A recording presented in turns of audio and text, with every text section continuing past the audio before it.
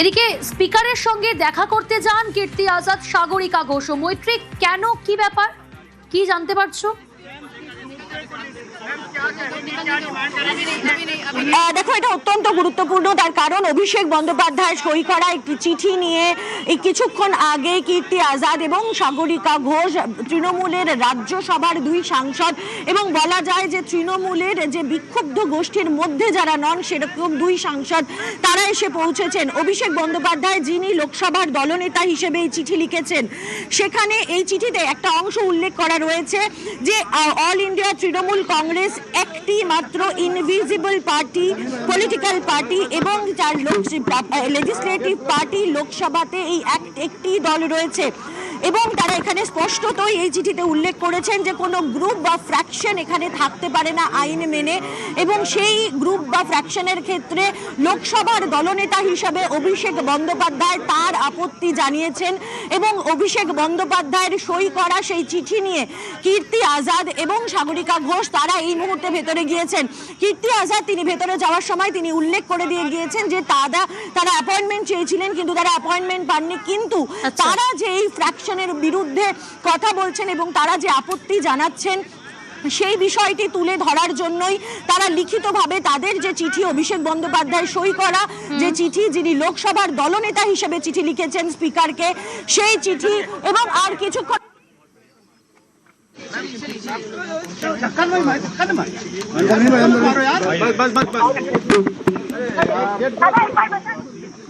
Speaker से मुलाकात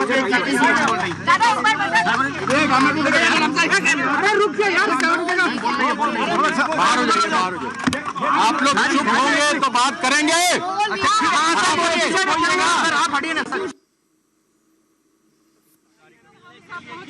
এদিকে স্পিকারের সঙ্গে দেখা করতে গিয়েছিলেন কীর্তি আজাদ, সাগরিকা ঘোষ, সেখান থেকে বেরিয়ে সাংবাদিকদের মুখোমুখি।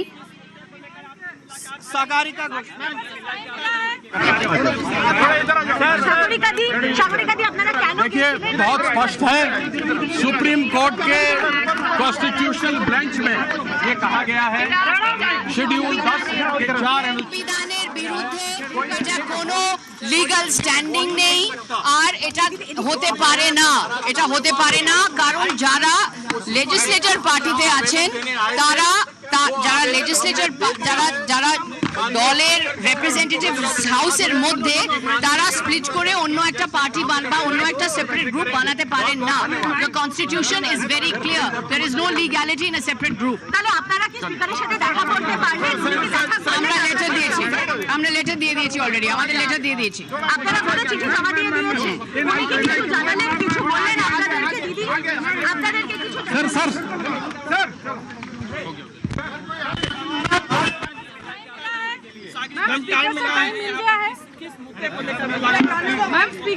তৃণমূল কংগ্রেসের অভ্যন্তরে যে তীব্র রাজনৈতিক সংকট, এই আবহে লোকসভার স্পিকার ওম বিড়লার বাসভবনে পৌঁছেছিলেন তৃণমূল সাংসদ কীর্তি আজাদ ও সাগরিকা ঘোষ।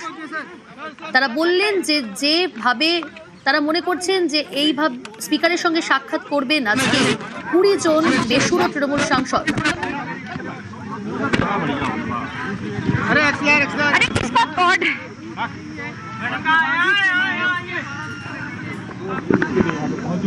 जो तस्वीरों में आपको दिख रहा होगा कि दोनों जो हैं वो यहाँ पे अंदर जा रहे हैं और इन्होंने একে একে বেরিয়ে যাচ্ছেন, অর্থাৎ তারা এসেছিলেন স্পিকারের, লোকসভার স্পিকার ওম বিড়লার সঙ্গে কথা বলতে, তাদেরকে চিঠি দিতে। আমরা চিঠি দিয়েছি স্পিকারকে যে যারা একটা আলাদা গ্রুপ, আলাদা একটা জোট বানাতে চেষ্টা করছেন, এটা সংবিধানের বিরুদ্ধে, এটা সংবিধানে এটা নেই। কনস্টিটিউশন বেঞ্চে বলা হয়েছে যে পলিটিক্যাল পার্টি, যেটা রাজনৈতিক দল, সেটা হচ্ছে ইনডিভিজিবল, সেটাকে ভাঙতে আপনারা পারবেন না উইদিন দ্য হাউসের মধ্যে আপনারা অন্য একটা আলাদা জোট বানানো, এটা একেবারে একেবারে কনস্টিটিউশনের বিরুদ্ধে। আমরা লেটার দিয়েছি, আমরা স্পিকারকে লেটার দিয়েছি। मैडम आप आ जाइए नीचे कहाँ जाइए? इधर आओ। अरे क्या कर रहे हैं आप? मैम क्या कहेंगी, क्या डिमांड करेंगी? अभी नहीं 19 सांसद ma'am Sagarika Ghosh ma'am time मिला है किस मुद्दे को लेकर मैम स्पीकर से टाइम मिल गया है। তৃণমূল সাংসদ সাগরিকা ঘোষ তিনি স্পষ্ট জানিয়ে দিলেন যে আলাদা ব্লক করার কথা, যে আলাদা ব্লক করার আবেদন করবেন স্পিকার ওম বিড়লার কাছে বেসুরো 20 জন তৃণমূল সাংসদ, সেটা সংবিধান বিরোধী। সেই কারণেই তারা চিঠি দিয়েছেন। চিঠি দিতে এসেছিলেন লোকসভার স্পিকার ওম বিড়লার বাসভবনে। কীর্তি আজাদ এবং সাগরিকা ঘোষ তারা কিন্তু এসেছেন এবং এই আলাদা ব্লক সংবিধান বিরোধী একথা স্পষ্টই বললেন সাগরিকা ঘোষ। বৈধতা নেই, কোথাও গিয়ে তিনি একথা স্পষ্ট করে দিলেন। আর সে কথা জানাতেই তারা এলেন, তিনি এবং কীর্তি আজাদ, অর্থাৎ সাগরিকা ঘোষ, কীর্তি আজাদ লোকসভার স্পিকার ওম বিড়লার বাসভবনে। মৈত্রী রয়েছে আরো ডিটেলসের। মৈত্রী, একদম সরাসরি তিনি একথা বললেন যে সংবিধান বিরোধী, যে আলাদা ব্লক করার কথা, যে আলাদা ব্লকের আবেদন করবেন 20 জন বেসুরো তৃণমূল সাংসদ, সেটা সংবিধান বিরোধী, বৈধতা নেই, একথা স্পষ্ট করলেন। আর কি বললেন তিনি?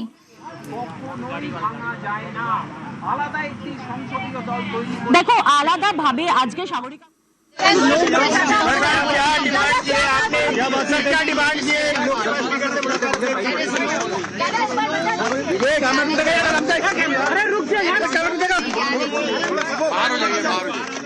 आप लोग चुप होंगे तो बात करेंगे, आप लोग चुप होइएगा।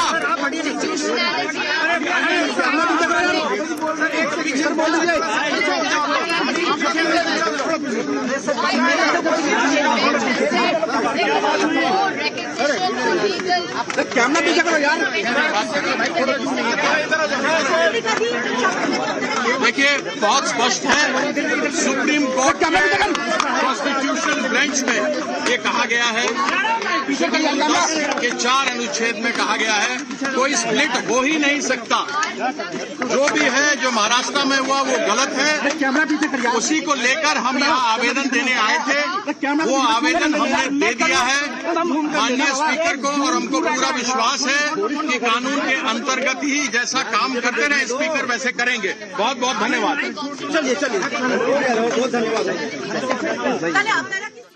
মৈত্রী রয়েছে আমার সঙ্গে। মৈত্রী, তারা একেবারে সরাসরি বলছেন, সাগরিকা ঘোষ তিনি বললেন যে এই আলাদা ব্লক সংবিধান বিরোধী, কোনো বৈধতা নেই, এবং তারাই আবেদন করছেন। লোকসভার স্পিকার ওম বিড়লার বাসভবনে পৌঁছে গেলেন কীর্তি আজাদ, সাগরিকা ঘোষ। আর কি দাবি করছেন তারা? দেখো, তারা স্পষ্টতই বলছেন যে এমন একটা সময় তারা এসেছেন স্পিকার ওম বিড়লার কাছে, যেটা কিন্তু অত্যন্ত তাৎপর্যপূর্ণ। তার কারণ একদিকে ভূপেন্দ্র যাদবের বাসভবনে বৈঠক চলছে এবং যেটা আমরা জানতে পারছি তার কিছুক্ষণের মধ্যেই স্পিকারের সঙ্গে দেখা করে আনুষ্ঠানিকভাবে এই যে বিক্ষুব্ধ গোষ্ঠী রয়েছে তাদের আলাদা ব্লক করার যে আবেদন সেটা তারা তুলে দেবেন।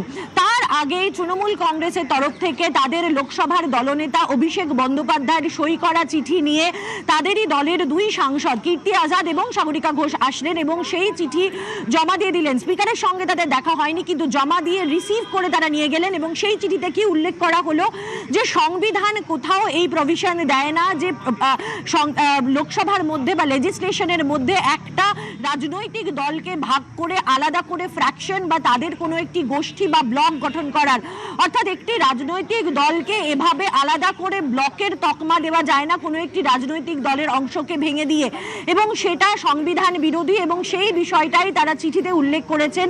সাগরিকা ঘোষ সাংসদ, যিনি কিনা ডেপুটি লিডারও, রাজ্যসভায় তৃণমূলের ডেপুটি লিডার, সেই সাগরিকা ঘোষ তিনিও কিন্তু উল্লেখ করছেন যে এই চিঠি তারা দিয়েছেন এবং এটা যে একেবারে সংবিধান বিরোধী সেই আপত্তি জানিয়ে অভিষেক বন্দ্যোপাধ্যায়ের সই করা চিঠি তারা আজকে পৌঁছে দিয়েছেন। এবং যেটা আমরা সূত্র মারফত জানতে পারছি যে শুধু একটা সই করা চিঠি ফিজিক্যালি এসে যে স্পিকার ওম বিড়লার বাসভবনে তারা জমা দিলেন তাই নয়, একই সঙ্গে স্পিকারকে ইমেলও করে দেওয়া হয়েছে অভিষেক বন্দ্যোপাধ্যায়ের তরফ থেকে। অর্থাৎ লোকসভার দলনেতা হিসেবে এই আলাদা ফ্র্যাকশন বা গোষ্ঠী বা ব্লক তৈরি হওয়ার যে প্রসেস তৈরি হচ্ছে তার একটা অফিসিয়াল আপত্তি দলের তরফ থেকে লোকসভার দলনেতা হিসেবে অভিষেক বন্দ্যোপাধ্যায় জানিয়ে দিলেন।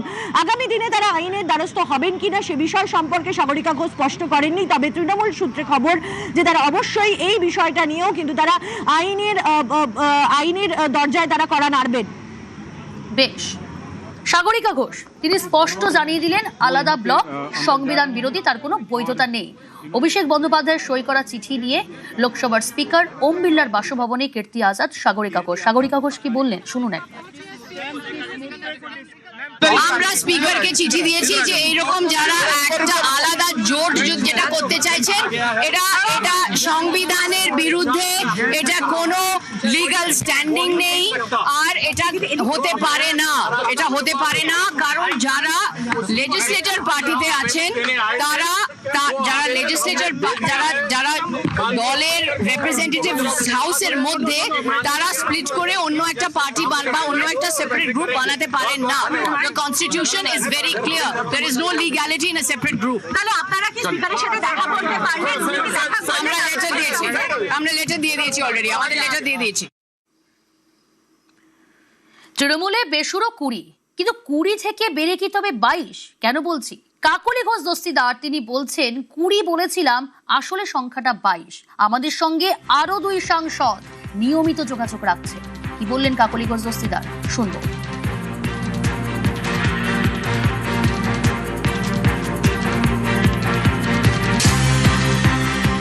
আমাদের কথাবার্তা তো যাদের সঙ্গে হয়েছিল, যারা যারা এই পশ্চিমবাংলার বর্তমান পরিস্থিতি গত 4-5 বছর বিশেষ করে যে জায়গায় গিয়েছিল তার বিরুদ্ধে যারা মত দিচ্ছিলেন তাদের সঙ্গেই কথাবার্তা হয়েছিল, এবং তার মধ্যে আরও আছে, ধরে নিন আরও 2-1 আসবেন। আমি যেটা 20 বলেছিলাম সেটা আসলে 22, সুতরাং আমাদের অপেক্ষা করতে হবে।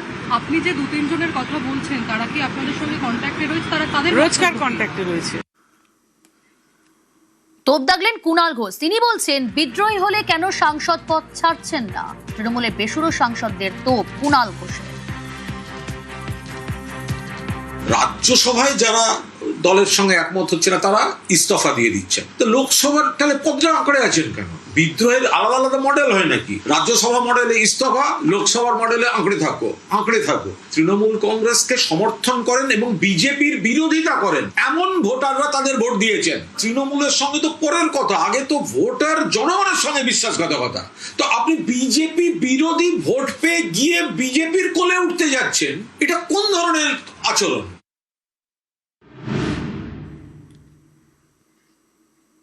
বিরোধী ব্লকে সুদীপ বন্দ্যোপাধ্যায়, মমতাকে ছেড়ে বেসুরোদের ব্লকে সুদীপ বন্দ্যোপাধ্যায়। তিনি বলছেন সবাই মিলে চাইছেন একটা ব্লক হোক, আলাদা ব্লক নিয়ে কাকলি খুব উদ্যোগ নিয়েছেন, তাদের ডাকে আমি সাড়া দিলাম, মন্তব্য সুদীপ বন্দ্যোপাধ্যায়।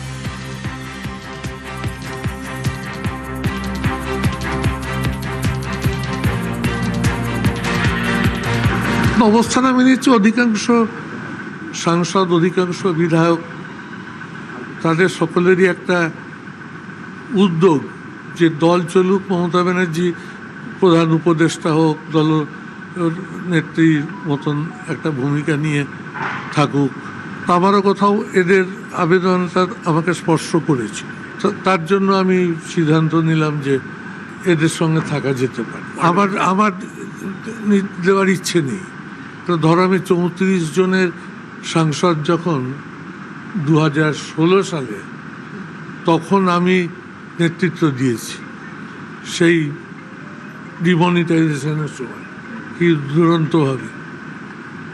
এটা কাকলি খুব উদ্যোগ নিয়েছে প্রথম থেকে, কিন্তু চতুর্দিক থেকে আমার কাঁধে যেভাবে প্রেশার আর অনুরোধ আসছে, আমি খুব বেসামাল অবস্থায় যাচ্ছি।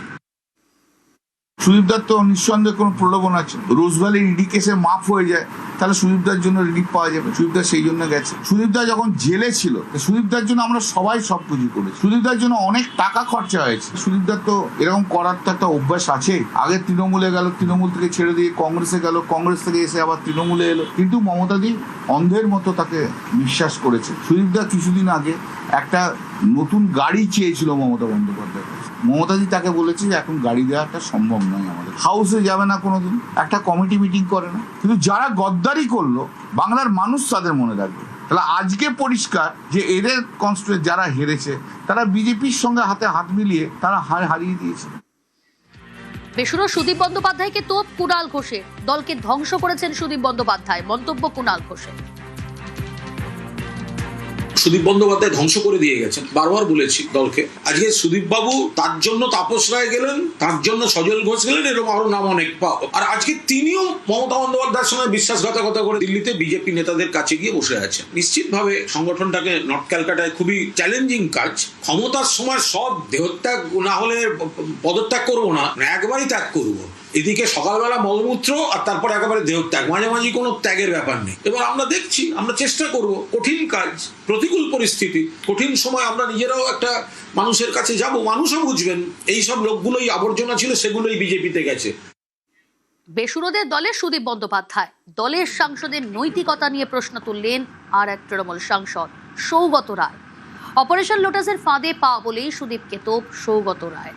সৌগত রায়কে পাল্টা খোঁচা অর্জুন সিং এ। তিনি বলছেন, সৌগত রায় কবে কি বলেন ঠিক নেই, খোঁচা অর্জুনে।